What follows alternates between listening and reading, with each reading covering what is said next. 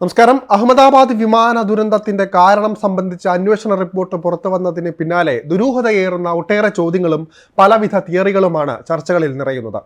വിമാനത്തിന്റെ തകരാറ് കാരണമല്ല, മറിച്ച് ബോധപൂർവമോ അല്ലാതെയോ പൈലറ്റിനുണ്ടായ പിഴവുകളാകാം ദുരന്തത്തിലേക്ക് നയിച്ചത് എന്ന തരത്തിലാണ് ചർച്ചകൾ നിറയുന്നത്. ഇത് സാധൂകരിക്കുന്ന തരത്തിലുള്ള ഒരു നിരീക്ഷണമാണ് വ്യോമയാന രംഗത്തെ മാധ്യമപ്രവർത്തകനും നിരീക്ഷകനുമായ ജേക്കബ് കെ ഫിലിപ്പ് വിശദീകരിച്ചിരിക്കുന്നത്.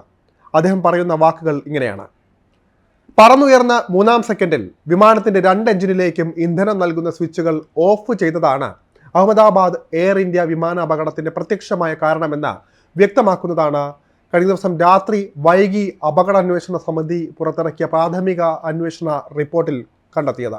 അതേവരെ യാതൊരു അപകട സൂചനയും ഇല്ലാതെ പറന്നുയർന്ന വിമാനത്തിന്റെ എഞ്ചിനുകൾ എന്തുകൊണ്ട് ഓഫ് ചെയ്തു എന്നതാണ് വിശദമായ അന്വേഷണത്തിലൂടെ ഇനി അറിയാനുള്ള കാര്യം. പറന്നുയർന്ന വിമാനത്തിന്റെ എഞ്ചിനുകളിലേക്കുള്ള ഇന്ധന പ്രവാഹം നിയന്ത്രിക്കുന്ന സ്വിച്ചുകൾ ഓഫ് ചെയ്യും വരെയും അതിനുശേഷം വിമാനം വീണ് തകരുവോളം നടന്ന കാര്യങ്ങളുടെ സമയക്രമം റിപ്പോർട്ടിൽ ഇങ്ങനെയാണ്: ഉച്ചയ്ക്ക് 1:07:37 റൺവേയിലേക്ക് നീങ്ങി തുടങ്ങിയ വിമാനം റൺവേയുടെ അറ്റത്തെത്തി മുന്നിലേക്കോടി ടേക്ക് ഓഫിന് തൊട്ട് മുൻപുള്ള വേഗമായ V1 അതായത് 153 നോട്ട്സിൽ എത്തുന്നത് 1:08:33 2 സെക്കൻഡിന് ശേഷം വിമാനം നിലം വിട്ട് ഉയരാൻ ആവശ്യമായ വേഗമായ VR അതായത് 155 നോട്ട്സിലെത്തി. പിന്നെയും 4 സെക്കൻഡ് കഴിഞ്ഞ് 1:08:39 നിലം വിട്ടുയരുന്നു. വീണ്ടും മുകളിലേക്ക് പറന്നുയരാൻ ആവശ്യമായ ആരോഗ്യകരമായ വേഗം 162 നോട്ട്സും കവിഞ്ഞ് 180 നോട്ട്സിലെത്തിയപ്പോഴേക്കും സമയം 1:08:42. ഉടൻ തന്നെ വിമാനത്തിന്റെ എഞ്ചിനുകളിലേക്കുമുള്ള ഇന്ധന പ്രവാഹം നിയന്ത്രിക്കുന്ന സ്വിച്ചുകൾ രണ്ടും 1 സെക്കൻഡ് വ്യത്യാസത്തിന് ഓഫ് ചെയ്യപ്പെട്ടു. അതായത് റൺ എന്ന നിലയിൽ നിന്ന് കട്ട് ഓഫ് എന്ന നിലയിലേക്ക് മാറ്റി. ഇടതുവശത്തെ എഞ്ചിൻ 1 സ്വിച്ച് ആദ്യവും രണ്ടാമത്തെ എഞ്ചിൻ 2 സ്വിച്ച് രണ്ടാമതും. വിമാനം ടേക്ക് ഓഫ് ചെയ്ത 3 സെക്കൻഡ് ആകുന്നതേ ഉള്ളൂ. അപ്പോൾ ഉയരം റിപ്പോർട്ടിൽ പറയുന്നില്ല എങ്കിലും 500 അടിയിൽ താഴെയാണെന്ന് കരുതാം.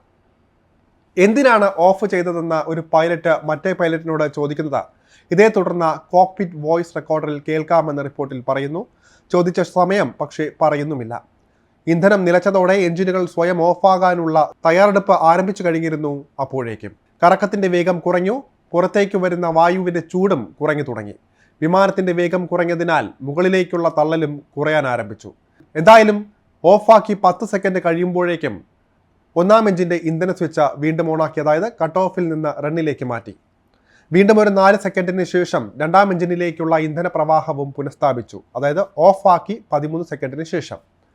ആദ്യം ഓണാക്കിയ ഇടത്തെ എഞ്ചിൻ പ്രവർത്തന സജ്ജമാകുന്നതിനുള്ള നടപടികളിലേക്ക് സ്വയം നീങ്ങി തുടങ്ങിയെങ്കിലും 2-ാം എഞ്ചിൻ ശരിയാകാൻ പിന്നെയും ഏറെ സമയമെടുക്കുമെന്ന് വ്യക്തമായിരുന്നു. അപ്പോഴേക്കും എഞ്ചിനുകൾ നിലച്ചാൽ അതിനെ വീണ്ടും കറക്കി പ്രവർത്തന പാതയിലേക്ക് എത്തിക്കേണ്ട ഓക്സിലറി പവർ യൂണിറ്റ് ഇതിനിടെ 1:08:54 സ്വയം സജ്ജമായിരുന്നു. ആദ്യ എഞ്ചിൻ നിലച്ച് 2 സെക്കൻഡിന് ശേഷം. എന്തായാലും ആപത്തടുത്തു എന്ന പൂർണ്ണബോധ്യം വന്ന് കോക്പിറ്റിൽ നിന്ന് 1:09:05 മേഡേ സന്ദേശം പുറത്തെത്തി. ഇടത്തെ എഞ്ചിൻ റീസ്റ്റാർട്ട് ചെയ്ത് 13 സെക്കൻഡും വലത്തേത് റീസ്റ്റാർട്ട് ചെയ്ത് 9 സെക്കൻഡും കഴിയുമ്പോഴായിരുന്നത്. ആപത്തിൽ പെട്ടു എന്ന് പൂർണ്ണബോധ്യമായി എന്ന് പറഞ്ഞതിന് കാരണമുണ്ട്. ബോയിങ് 787 വിമാനങ്ങളുടെ ക്വിക്ക് റെഫറൻസ് ഹാൻഡ് ബുക്കിലെ അടിയന്തര സാഹചര്യ നടപടിക്രമങ്ങളിൽ പറയുന്ന റീസ്റ്റാർട്ട് ചെയ്ത എഞ്ചിൻ വീണ്ടും പ്രവർത്തന സജ്ജമാകാൻ 2.5 മിനിറ്റോളം എടുക്കും എന്ന കാര്യം എത്രയോ പ്രാവശ്യം വായിച്ച് മനഃപ്പാഠമാക്കിയതായിരിക്കും 2 പൈലറ്റുമാരും. മേഡേ സന്ദേശത്തിന് മറുപടിയായി വിമാനം ഏതാണ്, കാൾ സൈൻ ഏതാണ് എന്ന് ATCയിൽ നിന്ന് ചോദിച്ചെങ്കിലും മറുപടി ഏതും ഉണ്ടായില്ല. സെക്കൻഡുകൾക്കകം വിമാനം വീണ് തകർന്നു. ഇന്ധന സ്വിച്ചുകൾ 1 സെക്കൻഡ് ഇടവേളയിൽ ഓഫ് ചെയ്യേണ്ടിയ ഒരു സാഹചര്യവും ലഭ്യമായ വിവരങ്ങൾ പ്രകാരം ഉണ്ടായിരുന്നില്ല എന്ന കാര്യമാണ് എന്തുകൊണ്ട് എന്ന ചോദ്യത്തിന് ഉത്തരം കിട്ടുന്നത് ദുഷ്കരമാക്കുക. പറക്കലിനിടെ 2 എഞ്ചിനുകളും ഓഫ് ചെയ്യണമെങ്കിൽ 2 എഞ്ചിനുകളും തകരാറിലായി എന്ന പൂർണ്ണ ബോധ്യം വരണം. തീപിടുത്തമുണ്ടാവുക, പക്ഷി ഇടിക്കുക, ഇന്ധനത്തിന് കുഴപ്പമുണ്ടാവുക എന്നിങ്ങനെയുള്ള ഒന്നും ഇവിടെ സംഭവിച്ചിട്ടില്ല എന്നതിൻ്റെ ആദ്യ തെളിവ് എന്തിനാണ് ഓഫ് ചെയ്തതെന്ന ഒരു പൈലറ്റിൻ്റെ ചോദ്യമാണ്. കോക്പിറ്റിലെ മറ്റേയാൾ പോലും അറിയാതെ നടന്ന ഓഫ് ചെയ്യൽ ചോദിക്കുമ്പോൾ ഞാനല്ല എന്ന മറുപടിയും. മനഃപൂർവ്വം ചെയ്തു എന്ന നിഗമനത്തിൽ എത്തുന്നതാണ് ഏറ്റവും എളുപ്പം, ആത്മഹത്യയും കൂട്ടക്കൊലപാതകവും. എന്നാൽ അതിനുമപ്പുറം എന്തെങ്കിലും ഉണ്ടാകാനുള്ള സാധ്യത കൂടി പരിശോധിക്കുകയാകും ഇനി നടക്കാനിരിക്കുന്ന വിശദമായ അന്വേഷണം. ഇനി ഈ റിപ്പോർട്ടിലെ തന്നെ വിവരങ്ങൾ തമ്മിലുള്ള പൊരുത്തക്കേടുകളെപ്പറ്റി റാം എയർ ടർബൈൻ എന്ന റാറ്റ് ടേക്ക് ഓഫിന് തൊട്ടു പിന്നാലെ പുറത്തെത്തിയിരുന്നു എന്ന് റിപ്പോർട്ടിൽ പറയുന്നുണ്ട് എങ്കിലും എപ്പോൾ എന്ന് പറയുന്നില്ല. റാറ്റ് പുറത്തെത്തുന്നത് രണ്ട് സാഹചര്യത്തിലാണ്. ഒന്ന്, എഞ്ചിനുകൾ രണ്ടും പ്രവർത്തിക്കാതായാൽ പൈലറ്റിന് ഇത് ഓൺ ചെയ്യാം. APU, ബാറ്ററി തുടങ്ങിയവ ഉണ്ടെങ്കിൽ പോലും ടേക്ക് ഓഫിന് ശേഷം 4 സെക്കൻഡിൽ എഞ്ചിൻ ഓഫ് ചെയ്ത പൈലറ്റ് റാറ്റ് എന്ന സുരക്ഷാ സങ്കേതവും ഒപ്പം ഓൺ ചെയ്തു എന്നാണ് ഇവിടെ അർത്ഥം. വിമാനം അപകടത്തിൽപ്പെടുത്താൻ പോകുന്നയാൾ ഇങ്ങനെ ചെയ്യേണ്ടിയ കാര്യമില്ലല്ലോ. ഇനി റാറ്റ് തനിയെ പുറത്തെത്തിയതാണെങ്കിലോ, അതാണ് രണ്ടാം സാഹചര്യം. വിമാനത്തിലെ സകലമാന വൈദ്യുതി സംവിധാനങ്ങളും എഞ്ചിനൊപ്പം നിലച്ചു കഴിഞ്ഞാൽ റാറ്റ് തനിയെ പുറത്തെത്തുക തന്നെ ചെയ്യും. പൈലറ്റ് ഒന്നും ചെയ്യേണ്ടതില്ല.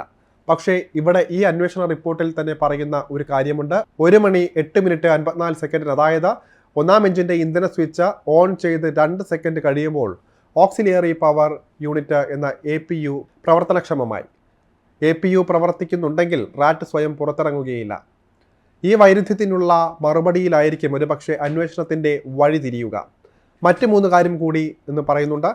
രണ്ടാം എഞ്ചിൻ റീസ്റ്റാർട്ട് ചെയ്യാൻ 4 സെക്കൻഡ് കൂടി എടുത്തു എന്ന കാര്യം കൂടുതൽ ചോദ്യങ്ങൾ ഉയർത്തുന്നതാണ്. വിമാനത്തിൻ്റെ ലാൻഡിംഗ് ഗിയർ ഉയർത്തുന്ന ലിവറും ഇന്ധന സ്വിച്ചും മാറിപ്പോയതാണ് എന്ന വാദം നിലനിൽക്കില്ല.